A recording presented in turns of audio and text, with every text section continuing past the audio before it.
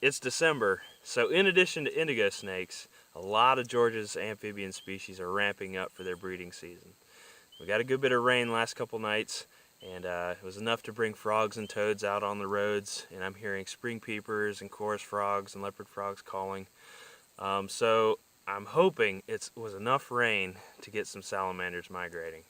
I'm here on the edge of a big borrow pit, and there's a couple other wetlands nearby, and I'm going to wait around tonight and see if I can find some tiger salamanders. So let's go check it out.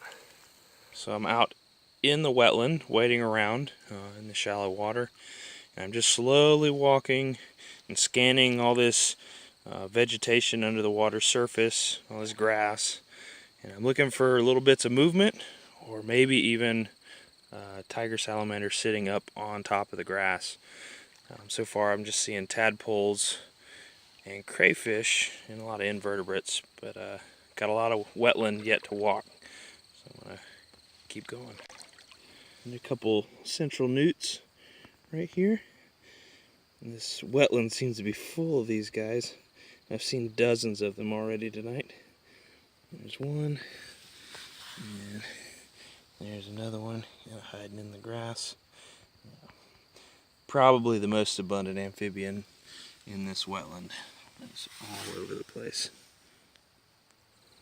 So I went ahead and caught one of these central newts because I wanted to show you guys something I think is pretty cool. Go ahead and flip him over, take a look at the underside of his hind legs. We can see that there are dark keratinous patches running the length of his legs and on the tips of his toes. Now these are known as nuptial pads, and their function is to allow the male to hold on to the female during courtship. He'll actually grasp her with those hind legs throughout the duration of courtship. So it's a pretty cool adaptation, and it's a surefire way to determine sex in these adult newts. I just netted this really big bullfrog tadpole. Bullfrogs will use these borrow pits to breed in during the summer, and their offspring will often overwinter as tadpoles. And further north, it's not uncommon for bullfrog tadpoles to take 2 to 3 years before they'll metamorphose into small frogs. But down here in South Georgia, they typically just spend one winter in the tadpole stage. Very impressive tadpole.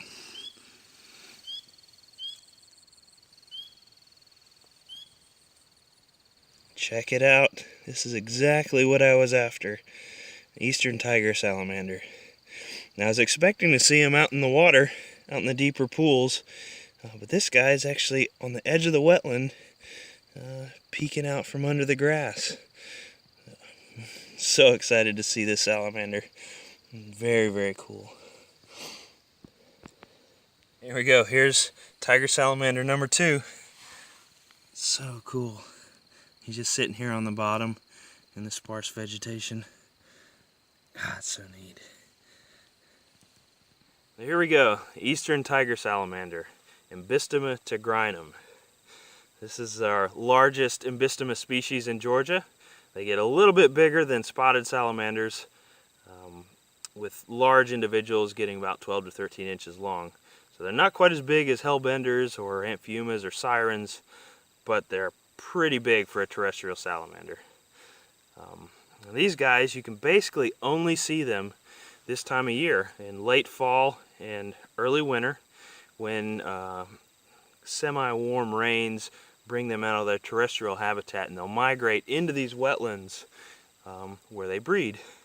Now, tiger salamanders typically prefer temporary wetlands that dry down during the summer, and that way they don't support any fish life. If you have fish in a pond, salamander eggs and larvae would get predated on pretty heavily.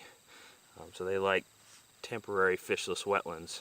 And historically, they would use a lot of depressional wetlands, open, grassy wetlands with a lot of vegetation, maybe cypress ponds. But today, we've lost a lot of those wetlands, so tiger salamanders have definitely taken a big hit. However, they have adapted to borrow pits, which are man-made wetlands of a sort, where man has excavated soil for human use, and the remaining pit fills up with rainwater. And these guys actually can use them for breeding pools. It's very, very cool. Now these salamanders, once they're done breeding, they'll head back up into their terrestrial habitat, which is usually sandhill or some sort of xeric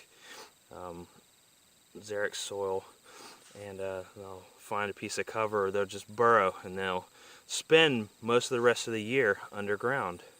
And they are voracious hunters. They have pretty big appetites, and they'll eat all sorts of things. Anything they can fit in their mouth, they'll eat. But they're seldom seen outside of the winter. Very, very cool. So this is the other tiger salamander that I found tonight. It's a little bit bigger, but they're both males. And you can tell this by looking at the base of the tail here. You see it's swollen there along the vent. That indicates that this is a reproductive male.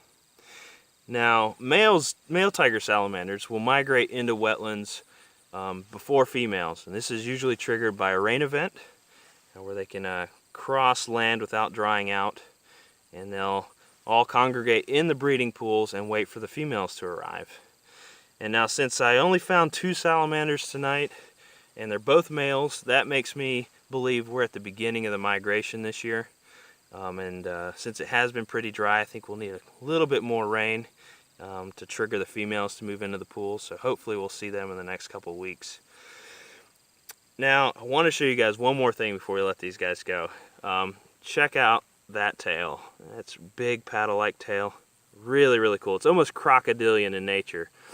Very vertically compressed.